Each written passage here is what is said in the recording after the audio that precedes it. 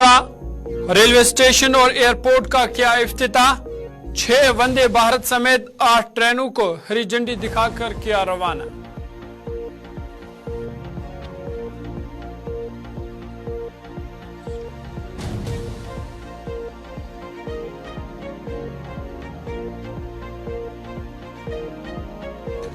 दूसरी वंदे भारत ट्रेन दिल्ली से कटरा के दरमियान शुरू। वज़ीर-ए-आज़म मोदी ने ट्रेन का किया इफ्तिताह। दिल्ली कटरा का सफर होगा अब मजीद आसान।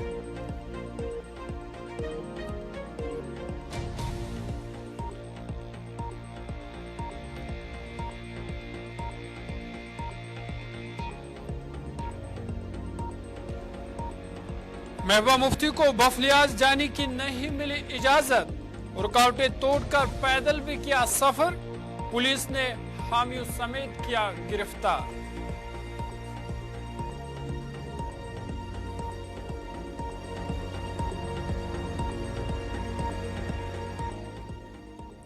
आदाब नाज़रीन, गुलिस्तान न्यूज देख रहे हैं आप। बड़ी खबरों के बुलेटिन के साथ मैं हूं ज़ुहूर लोलाबी। वज़ीर-ए-आज़म नरेंद्र मोदी उत्तर प्रदेश के शहर अयोध्या का आज उन्होंने दौरा किया। पीएम मोदी ने यहां रोड शो भी किया और इस दौरान बड़ी तादाद में लोग उनके इस्तकबाल के लिए खड़े हुए थे। वज़ीर-ए-आज़म ने यहां असर नौ तामीर याफ्ता रेलवे स्टेशन और एयरपोर्ट का इफ्तिताह भी किया। इसके अलावा वज़ीर-ए-आज़म मोदी ने अयोध्या समेत यूपी को 15,000 करोड़ रुपए का तोहफा भी दिया। उत्तर प्रदेश के गवर्नर आनंदीबेन पटेल, यूपी के वज़ीर आला योगी आदित्यनाथ और यूपी के नायब वज़ीर आला ब्रजेश पाठक ने हवाई अड्डे पर वज़ीर-ए-आज़म मोदी का इस्तकबाल किया और उन्हें फूल पेश किए। पीएम मोदी ने अयोध्या में 1 घंटे तक रोड शो भी किया, जिसमें सड़क के दोनों तरफ लोगों की भीड़ भी देखी गई। वज़ीर-ए-आज़म पर फूलों की पत्तियां भी निछावर की गई। वज़ीर-ए-आज़म नरेंद्र मोदी ने अयोध्या रेलवे स्टेशन का इफ्तिताह भी किया। उन्होंने 2 नई अमृत भारत और 6 नए वंदे भारत ट्रेनों को भी हरी झंडी दिखाई। इसके अलावा पीएम मोदी ने कई दीगर रेलवे प्रोजेक्ट भी मुल्क को वक्फ किए। इस दौरान रेलवे के वजीर अश्विनी वैष्णव भी उनके साथ मौजूद थे। वज़ीर-ए-आज़म मोदी ने इस दौरान ट्रेन में भी सफर किया और ट्रेन में बच्चों से उन्होंने बातचीत भी की।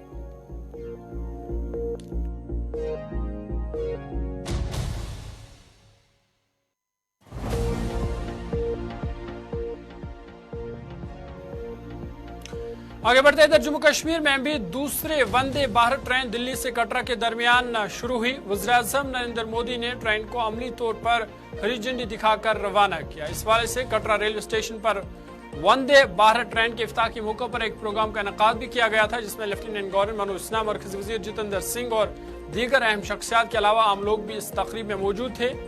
दूसरे वंदे भारत ट्रेन शुरू होने से हजारों लोग इससे मुस्तफीद होंगे और जो कटरा और दिल्ली का सफर है वो अब मजीद आसान होगा। इस मौके पर मरकजी वज़ीर मुमलिकत डॉक्टर जितेंद्र सिंह ने भी वंदे भारत ट्रेन में सफर किया और इस दौरान उन्होंने हमारे नुमाइंदे से खास बातचीत की।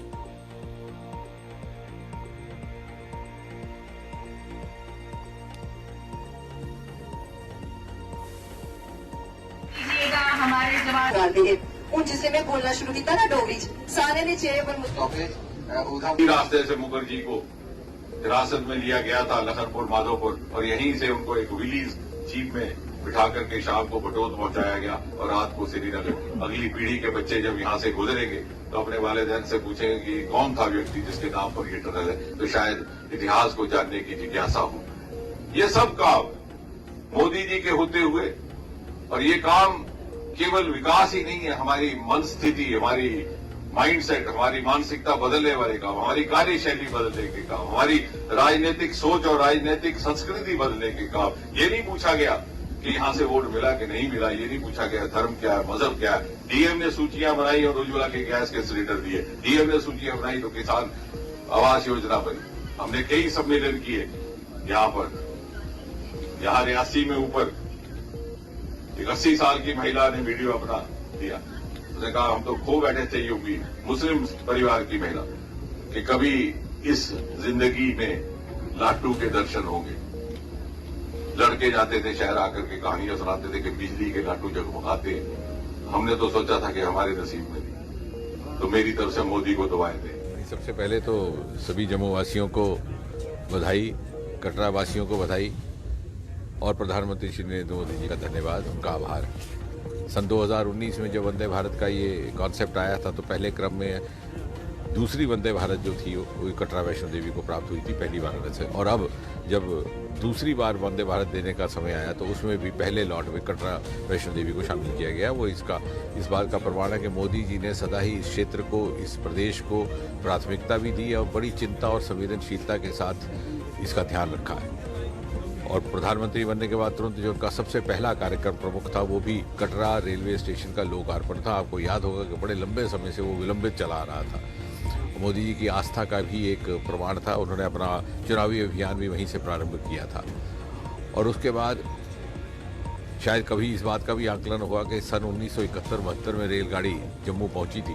उसके बाद 40-45 वर्ष तक पिछली सरकारों ने इस सेक्टर को बिल्कुल तवज्जो नहीं दी। शायद वो तुष्टीकरण की राजनीति या वोट बैंक की राजनीति के चलते उन्हें लगता था कि इस क्षेत्र का भला हो गया तो शायद जिस समुदाय को रिझाना चाहते हैं वो नहीं रिझा पाएंगे, इसलिए जानबूझकर इसका तिरस्कार किया। 2014 के बाद मोदी जी ने पुनः ये काम प्रारंभ किया। रियासी में रुका हुआ पटरी का काम था, पुनः उसका अलाइनमेंट तय की गई। आज दुनिया का सबसे ऊंचा रेल का पुल वहां खड़ा है, जिसका जिक्र मोदी जी ने G20 अधिवेशन के बाद भी किया था। और अगले वर्ष शुरू तक शायद हमारा विश्वास है कि कश्मीर घाटी भी शेष भारत के साथ जुड़ जाएगा। इसी तरह से आज की जो वंदे भारत है ये हमें दो विकल्प देगी। एक वंदे भारत सुबह चलेगी कटरा से, एक शाम को। आज ये सेरिमोनियल रन जो है ये उन सभी स्टेशन से होगी। चलिए सीधा जम्मू आपको लिए चलेंगे। इस वक्त DGP RR swan press conference कर रहे हैं, क्या कुछ कह रहे हैं आइए सुनते हैं।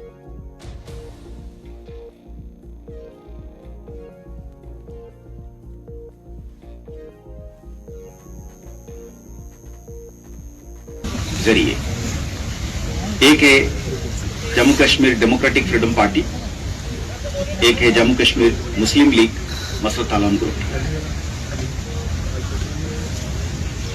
जेके DFP जो कि शबीर शाह लीड करते हैं और जेके मुस्लिम लीग जैसे कि मैंने कहा मसरत आलम लीड करते हैं। इन दोनों को अनलॉफुल एसोसिएशन घोषित कर दिया गया है।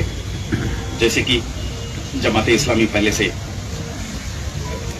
बैन हो चुकी है, उसके ऊपर बैन अभी चल रही है। इसके पीछे हमारा जो फिलोसफी है सिक्योरिटी मैनेजमेंट की वो ये है कि जंग खाली गन वेल्डिंग वालों के खिलाफ नहीं है, पर सोच के खिलाफ भी है, आइडियोलॉजी के खिलाफ है। जो इसको एंडोर्स करता है, जो इसको लेजिटिमाइज करता है, जो इसको ग्लोरीफाई करता है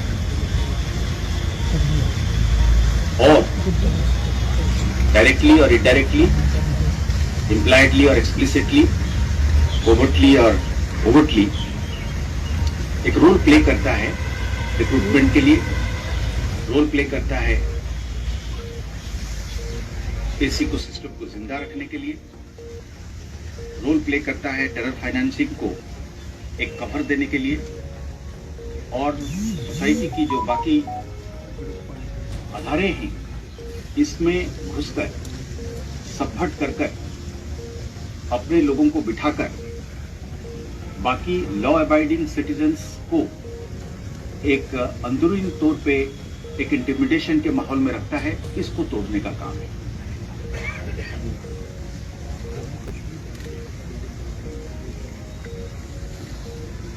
काइनेटिक ऑपरेशंस के सिलसिले में, जिसको हम कहते हैं कि अगर बंदूक वाला सामने खड़ा है दरवाजे के ऊपर लेके मारने के लिए तैयार है, सोसाइटी में आके बैठ गया है पिस्टल लेके, ग्रेनेड लेके घूम रहा है, मौका देखते ही कहीं पे भी मार देगा, उसको कोई परवाह नहीं, को हरि सिंह हाई स्ट्रीट में हो या जामू की रघुनाथ बाजार हो। तो ऐसे लोगों के खिलाफ हमारी जंग जो है काइनेटिक एक्शन बरकरार रहा है और बरकरार रहेगी। और हम मानते हैं कि ये हमारा एक अहम बैटल का फ्रंट है, जिसमें हम एक सेकंड के लिए कोई कमी नहीं लाएंगे। इसमें हमने पिछले साल 48 सक्सेसफुल एंटी टेररिस्ट ऑपरेशंस किए हैं, जिसमें 76 टेररिस्ट्स की न्यूट्रलाइजेशन हुई है, जिसमें से 55 फॉरेन टेररिस्ट से। एक अहम चीज सामने आई है कि पहली बार पिछले दिनों में एनालिसिस में मुझे हमारे एडीजी लॉ एंड ऑर्डर विजय साहब कह रहे थे कि पहली बार 2022 में धीरे धीरे जैसे साल बढ़ता रहा, फॉरेन टेररिस्ट ज्यादा, लोकल टेररिस्ट कम, ये एक सिचुएशन उभर के आया। तो बाहर के जो घुसपैठिए हैं, ये क्लियर हो रहा है कि ये जो फाइट आगे की है, ये एक्चुअली बाहर की घुसपैठियों ज्यादा रहेगी, इन्हीं के खिलाफ होगा।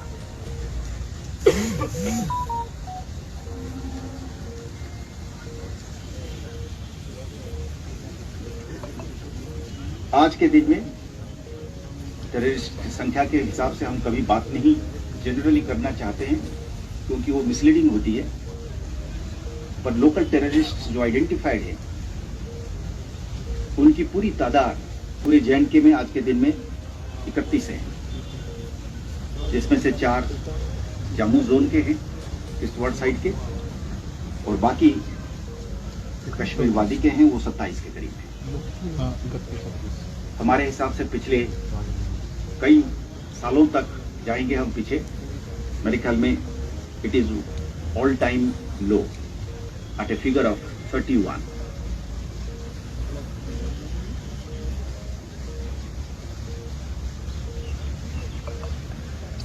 टेररिस्ट एसोसिएट, इनको मदद करने वाले, हम समझते हैं कि टेररिस्ट एसोसिएट जो उनको लॉजिस्टिक्स सप्लाई करता है, बॉर्डर से गाइड बन के आता है, उनको गाड़ी से आगे पीछे करता है, घर में छिपाने की कोशिश करता है, निशानदेही करता है कि फलाने को टारगेट करो, फलाने को मारो, फलाने को डराओ, इस तरीके के लोगों के खिलाफ कार्रवाई जो है वो जारी रहा है। पूरे साल में 291 लोग इस खाते में अरेस्ट हुए हैं। पिछले साल इसकी तादाद 373 था, 373। This year the figure is 291। हमने अपना रिकॉर्ड बिल्डिंग सिस्टम को एक नए साइंटिफिक और टेक्नोलॉजी आधार पर ले गए हैं।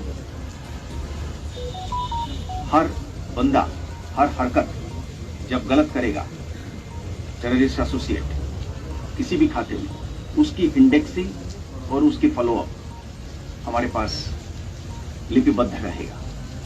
इस सिलसिले में हमने बहुत मेहनत करके काम किए हैं, जिससे रिपीट ऑफेंडर्स आते ही हम उसको कानून के दायरे में अधिक से अधिक सजा दे सकते हैं। इस पर काफी काम है। इस बार नया बंदा जो भी सामने आता है, हम पूछते हैं कि अपना सिस्टम में पहली बार तो नहीं है। अब हमें पता चलता है, अच्छा ये तो फलाने जगह में भी ये किया था, फलाने जगह में भी ये किया था। तो टेक्नोलॉजी के सहारे हमारा रिकॉर्ड बिल्डिंग, हमारा सर्वेलेंस सिस्टम को हमने मजबूत किया है।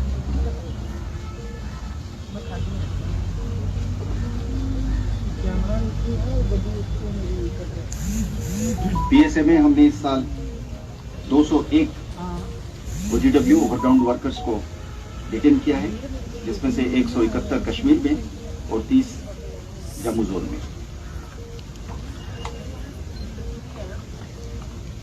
साथ ही सिक्योरिटी एजेंसीज के सहारे और उनकी मदद से और उनके साथ कोऑर्डिनेशन से हमने पिछले साल 89 टेरर मॉड्यूल्स को बस्ट किया है। जिसे हम सब जानते हैं कि एक टेरर मॉड्यूल टिपिकली आज के दिन में 4-5 लोगों की, 6 लोगों की होती है।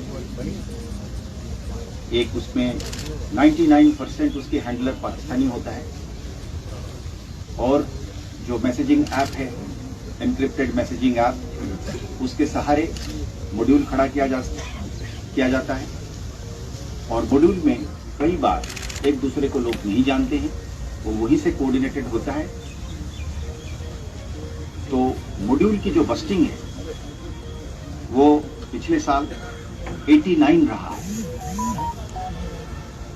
78 कश्मीर जोन में, 11 जम्मू प्रोविंस में।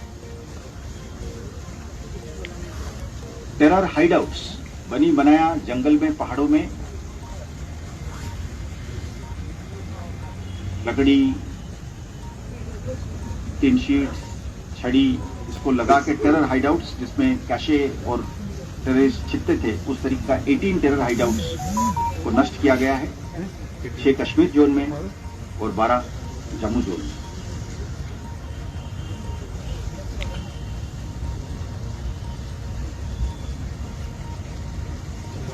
हम समझते हैं कि एक बैटल, जैसे मैंने पहले उल्लेख किया था, हमारा बैटल खाली गन वेल्डिंग टेररिस्ट के खिलाफ नहीं है, पर नैरेटिव के खिलाफ भी। वो नैरेटिव, जिस नैरेटिव में नैरेटिव पेडल करने वाले लोग कंफर्ट जोन में बैठकर एक false narrative out of context. चलिए, डीजीपी आर स्वैन को आप सुन रहे थे, जो जम्मू में एक प्रेस कॉन्फ्रेंस से खिताब कर रहे थे। तो इस दौरान कहीं ना कहीं उन्होंने पूरे साल की कार्रवाई क्या रही उस हवाले से उन्होंने बातचीत की, और उन्होंने कहा कि इस साल भी कई मिलिटेंट मुखालिफ ऑपरेशन चलाए गए, जिस दौरान उन्होंने कहा कि पुलिस को कामयाबी मिली। वहीं उन्होंने कहा कि इस साल जो है 89 टेरर मॉड्यूल जो है उनको बस्ट किया गया। वहीं उन्होंने कहा कि जो अंडरग्राउंड वर्कर्स है उनकी तादाद भी अब पिछले साल के मुकाबले में इस साल अब कम होकर के रह गई है। साथ ही साथ उन्होंने कहा कि जो लोकल मिलिटेंट है बनस्बत जो फॉरेन मिलिटेंटों की तादाद ज्यादा है। आगे बढ़ते हैं, आपको बता दें कि जम्मू कश्मीर के साबिक वज़ीर आला और पीपल्स डेमोक्रेटिक पार्टी की सरबरस्त महबूबा मुफ्ती अपने हामियों समेत राजौरी पूंछ शाहराह पर उस वक्त धरने पर बैठ गई जब उन्हें इंतजामिया की जानिब से पूंछ बफलिया जाने की इजाजत नहीं दी गई। महबूबा मुफ्ती का कहना था कि वह हिरासत के दौरान हलाक किए गए मुकामी शहरियों के लवाकिन के साथ ताज़ियत पुरसी के लिए टूपा पीर पूंछ जाना चाहती थी, ताहम उन्हें उसकी इजाजत नहीं दी जा रही। और ये भी आ रही है कि महबूबा मुफ्ती को हामियों समेत पुलिस ने एहतियाती तौर पर उन्हें हिरासत में लिया गया। इधर मीडिया नुमाइंदों से बात करते हुए महबूबा मुफ्ती ने कहा कि न जाने इंतजामिया उनसे इतनी खौफजदा क्यों है, सिक्योरिटी का कोई मसला नहीं है, फिर भी उन्हें इजाजत नहीं दी जा रही। उन्होंने कहा कि ट्रांसपोर्ट रवां दवा है, लीडरान लवाकीन से मिल रहे हैं, सिर्फ उन्हें ही रोका जा रहा है। महबूबा मुफ्ती क्या कुछ कह रही है पहले वो सुनते हैं, उसके बाद सीधा राजौरी चलेंगे अपने नुमाइंदे के पास, उससे भी मजीद तफसीलात हैं।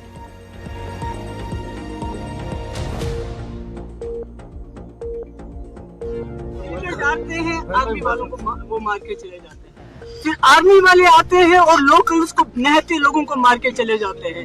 रविंद्र रैना बीजेपी का प्रेसिडेंट यहाँ आ सकता है, नेशनल कॉन्फ्रेंस की लीडर आ सकती है, मगर हमें कहते हैं यहाँ खतरा है। तो मुझे तो लगता है सबसे बड़ा खतरा तो यही लोग हैं हमारे लिए।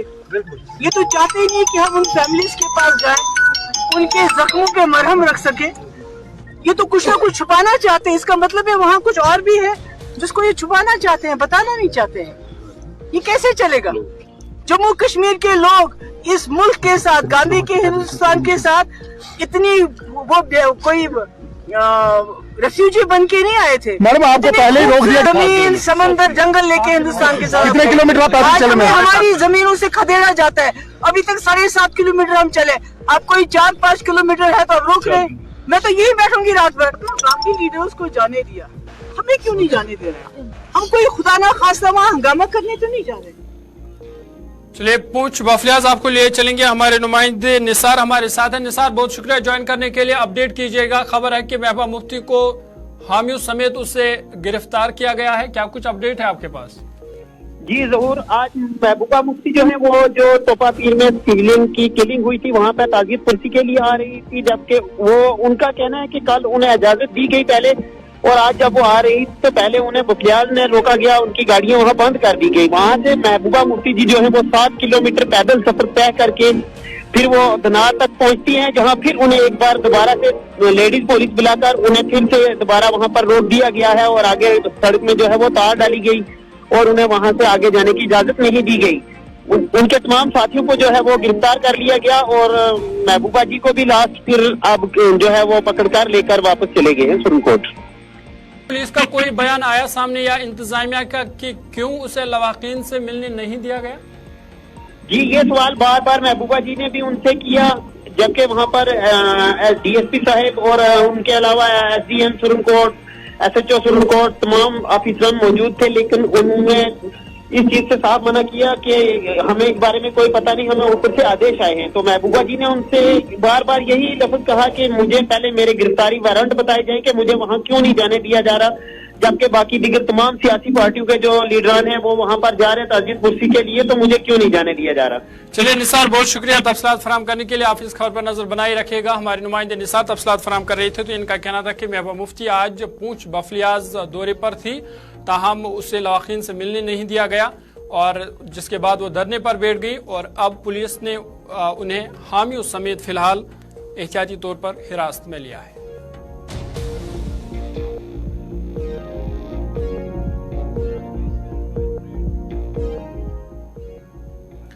आगे बढ़ते हैं। इंडिया अलायंस की बड़ी मीटिंग के बाद मुल्क की राजधानी दिल्ली में कांग्रेस का बड़ा इजलास होने जा रहा है, जिसमें सीट शेयरिंग के मसले पर खास बातचीत हो सकती है और आने वाले इंतखाबात के लिए हिकमत अमली भी तय की जाएगी। इधर आज कांग्रेस सीनियर लीडर सलमान खुर्शीद की सदारत में कांग्रेस पार्टी की मीटिंग मुनक़द हुई, जिसमें मुख्तलिफ रियासतों के पार्टी रहनुमाओं ने शिरकत की। उन्हें इस मौके पर खास हिदायत दी गई। तब निकलेंगे जब हम लोग आपस में बातचीत करेंगे अन्य दलों के साथ। आज तो अपनी ही ज़मीन को समझने का प्रयास है। अपने कार्यकर्ताओं से, नेताओं के साथ चर्चा करने के बाद जो स्थिति हमारी है और जो हमारे एस्पिरेशंस हैं, जो हमारे अनुमान हैं आने वाले समय के लिए और जो हम अपेक्षाएं करते हैं, उन सब के बारे में हमने चर्चा करके तैयारी करी है, ताकि जिस दिन भी और जितनी जल्द भी हम अन्य दलों के साथ बैठ सके, हम लोग बैठेंगे। सर, आज अयोध्या में प्रधानमंत्री गए हुए हैं, रोड शो हो रहा है, प्राण प्रतिष्ठान की तैयारी हो रही है, तमाम जो चीज़ें हो रही हैं 2024 चुनाव के मद्देनजर कांग्रेस इसे कैसे देख रही है? हम ये मानते हैं कि इसका चुनाव से कुछ लेना देना नहीं है। कोई चाहे कि इसको चुनाव से जोड़ें तो वो जोड़ ले। हम चाहते हैं आस्था का मामला, धर्म का मामला, मजहब का मामला चुनाव से अलग रखा जाए, हमारी राजनीतिक सोच से अलग रखा जाए। अगर कोई नहीं रखना चाहता है तो ना रखे। हम तो वही करेंगे जिसमें हम विश्वास रखते हैं और जो हम मानते हैं कि इस देश के लिए अच्छा है। सर, न्योता मिले हैं तमाम अपोजिशन लीडर्स को, साथ साथ सोनिया गांधी जी को भी न्योता मिला है, तो क्या अपोजिशन इस बार शामिल होगा इस सब प्राण प्रतिष्ठान में? मैं नहीं जानता हूँ। मैं ये इतना जानता हूँ कि जयराम रमेश जी की तरफ से ये कहा गया है कि जैसे ही इस पर निर्णय होगा हम आपको सूचित करेंगे। देखिए, फॉर्मूलाज तो तब निकलेंगे जब हम लोग आपस में बातचीत करेंगे अन्य दलों के साथ।